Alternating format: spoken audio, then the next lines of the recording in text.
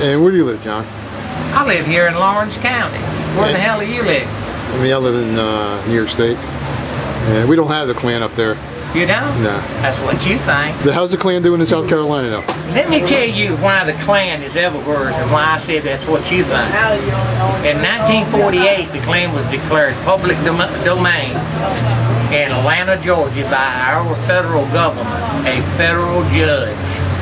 From then on, a black can have a Klan, Hispanics can have a Klan, any individual, you or ever who, can have a Klan. It's not illegal to belong to the Klu Klux Klan. The Klan is all over the world. You know, like, well, the Klan is not what it used to be. Those days are over.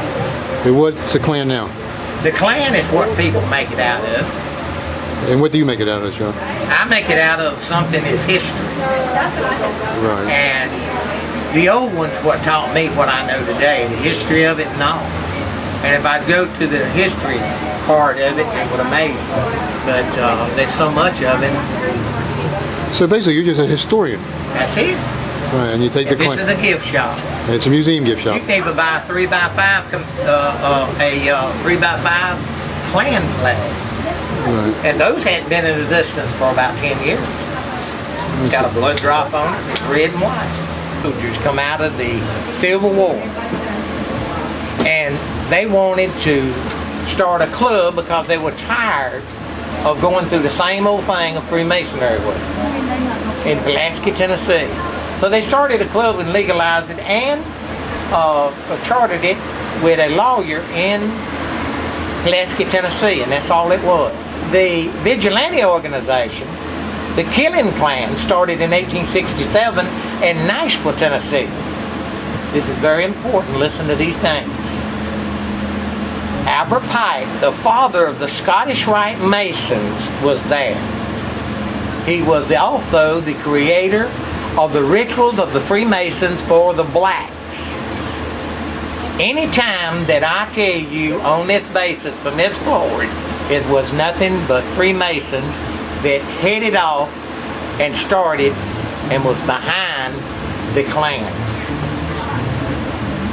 The vigilante organization lasted for 2 years. Albert Pike was elected as chief judge of the Klu Klux Klan. His statue stands in Washington, D.C. Also, Nathan Bedford Forrest was elected as the first and only Grand Wizard. The difference in those names, phonetic names, is today they call that position Imperial Wizard. There's never been but one Grand Wizard, there never will be no more. And other Freemasons, and they formed that Killing Klan, and that's when they rode through the South. In 2 years, they established in each state law and order. Now, why was this Klan created, the Killing Klan? Well, why was the original Klan created? This Klan is the original Klan, what I'm telling you about. The Civil War veterans could not walk on the sidewalk in this town, every southern town. If they walked in the road. And they had to bow their heads in reverence to the north, to the blacks. The North didn't have nothing to do with what was left here. 275,000 armed black troops was left in the South to rule and dictate the Southern white people.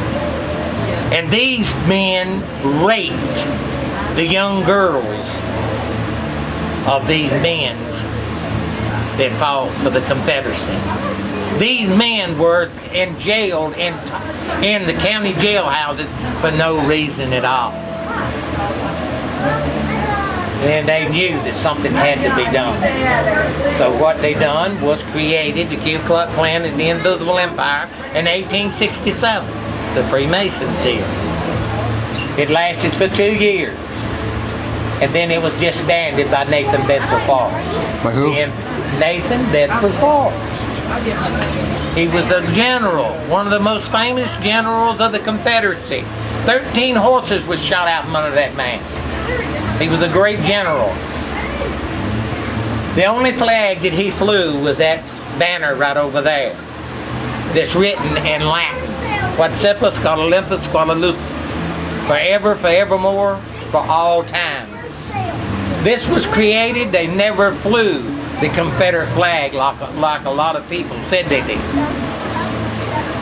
It was disbanded in 2 years. In 1915, a high-ranking Masonic member known as William Joseph Simmons in Atlanta, Georgia, ordained evangelist minister,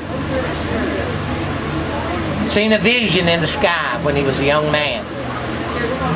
And God gave him a vision to create the Knights of the Ku Klux Klan. He wrote the rituals and all. And when he did, he created these rituals for the Knights of the Ku Klux Klan to fornicate. And that's the Constitution. Had the Constitution and the degrees. He belonged to several different fraternal organizations. From 1915, from Stone Mountain Thanksgiving night of 12 men, they created into 5 million to 9 million men, women, and children. They had the Junior Klan, the K-Triad for the young girls, and they had the men's organization. The Imperial Palace of the women is still standing in Little Rock, Arkansas. John, talk about politics right now. What do you think about this? I've done my part in politics. I can't answer for nobody else but myself. I voted conservative, Republican, except one time with George Wallace. I have a certificate on the wall. I give my all to George Wallace. So basically, you say the Klan was started because the whites had a bout to the blacks. You know, what's so curious to me, why don't you ask me why that the federal government didn't rise up against the Klan when that happened? Well, there was only half a federal government at that time, right? No, that's what you need to ask. Well, how come they didn't? Because the Southern people was willing to die, to give their life up for one or the other to be destroyed. Because the South could not exist, mulatto or black or white. It had to be separated. And that's the reason the federal government didn't rise up again and stick their nose in it, because they would have killed hell out of them. One of the side or the other. That was it. This come from the mouth of the old clanspeople.